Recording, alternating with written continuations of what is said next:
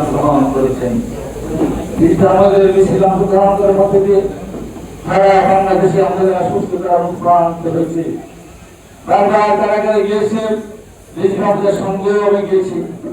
আবার পরবর্তী সময় নির্বাচনের আগে যখন গেলাম, একদিন চলেছেন কুমিল্লা, আরেকদিন চলে গেছেন রাজশাহী, আবার ঢাকার রাজপথে দেখেছি কখনো কারণ বাজার, কখনো গুলশান, কখনো বনানী, এই আহমেদ, সেই আহমেদ আমাদের গর্ব। এবং আমি মনে করি এখানে যারা উপস্থিত আছেন সবাই রাজশাহী বিশ্ববিদ্যালয়ের ছাত্র, একজন আছেন ঢাকা বিশ্ববিদ্যালয়ের ছাত্র। আজকে মূলত অনুষ্ঠানটা রিজভী আহমেদকে কেন্দ্র করে দীর্ঘ 40 বছর 60 দিন পর আজকে আমরা সেই দিন থেকে স্মরণ করছি।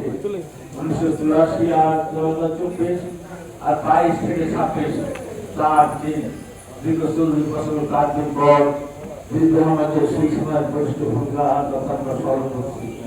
এই দীর্ঘ 40 বছর 4 দিন পূর্বে রিজভী আহমেদ সেদিন যে ভূমিকা রেখেছিলেন এই বাংলাদেশের গণতান্ত্রিক আন্দোলনে, এই দেশের মানুষ স্মরণ করে বিশ্বাস। আর রিজভী আহমেদকে যদি আমরা সেই জায়গায় পৌঁছে দিতে চাই, তার মূল্যায়ন করতে চাই, আগামী দিনে যে আমাদের যুদ্ধ বর্তমান শুরু হয়েছে, দীর্ঘ 17.5 বছর আন্দোলন সংগ্রাম করার পরে শত শত মানুষকে হারিয়েছি, গুম হয়েছে, হাজার হাজার মানুষ নির্যাতিত হয়েছে, ইলেকট্রিক শক দেওয়া হয়েছে।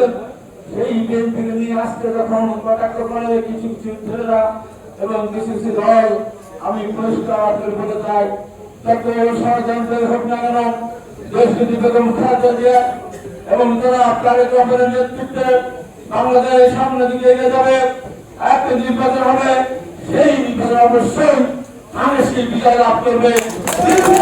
সেই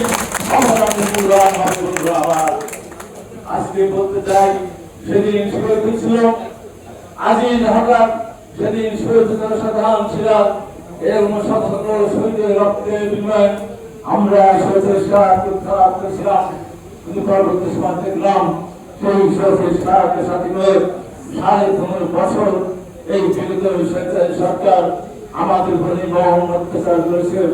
ভোট দিতে দেয় নাই, ভোট কেন্দ্র দিতে দেয় নাই, বিনা ভোটে নির্বাচিত হয়েছে, একদল ভাবে নির্বাচিত হয়েছে। আজকের এই দিনে কথা স্মরণ করে আমরা পরিষ্কার করে বলতে চাই, ওই যে সরকার আমাদের প্রচার পেতে নির্যাতন করেছে, দেশনেত্রী বেগম খালেদা জিয়াকে বিনা কারণে শাস্তি দিয়েছে, বিদেশে চিকিৎসা দিতে দেয় নাই। আমাদের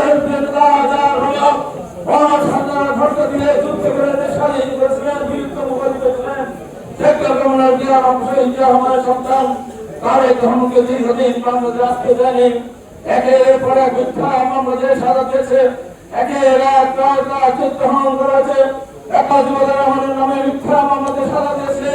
আজকে আমরা শপথ দেব, এই সুবিধা সাজা আমরা বিরুদ্ধে বর্তমান এবং আগামী নির্বাচনের মধ্যে দিয়ে যারা আপনার মধ্যে দিয়ে প্রিয় বন্ধুরা আমার, সারা পৃথিবীর ইতিহাস যদি আপনি সামনে নিয়ে আসেন, বাংলাদেশের যে নির্যাতন হয়েছে বেটির বিরুদ্ধে, বাংলাদেশের মানুষদের ভাবে নির্যাতিত হয়েছে, পৃথিবীর ইতিহাসে একটি কোনো তার পাবে না। অথচ সেই দলকে নিয়ে আজকে গভীর ষড়যন্ত্র হচ্ছে। আমি সেদিকে যেতে চাই না, শুধু করতে চাই বর্তমান সরকার করতে চাই ষড়যন্ত্র শেষ হয়ে যায়। এখনো ভারত ষড়যন্ত্র করছে। প্রতিনিয়ত এই সরকারের মধ্যে যারা আমি প্রযুক্ত আছে তারা ষড়যন্ত্র করেই চলেছে।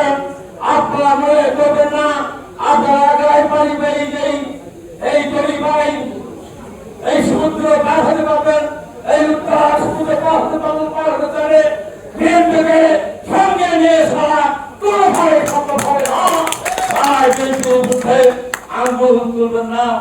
অনেকেই বলেছেন, অনেকেই বলার চেষ্টা করছেন নৌকা ধানেশি 200 এক ইনিশ। আমি অতি দুঃখের সাথে বলেছিলাম, এদিন শুধু নয়, এদিকে গুলি করেছিল, সেদিন আমি জিজ্ঞাসার কথা বলেছিলাম রফিকের খালেদা নামে আরেকটা কথা যদি কেউ বলেন, আমি জেল খাতায় বেড়াতে বলেছিলাম, একবার বলে দেখেন তার দীক্ষটা কেটে ফেলা হবে। আমি 5 থেকে পরে বলি নাই, এখানে মানতে পারো দীর্ঘ 15 বছর তাদের অত্যাচার করেছে, আমাদের হত্যা করেছে।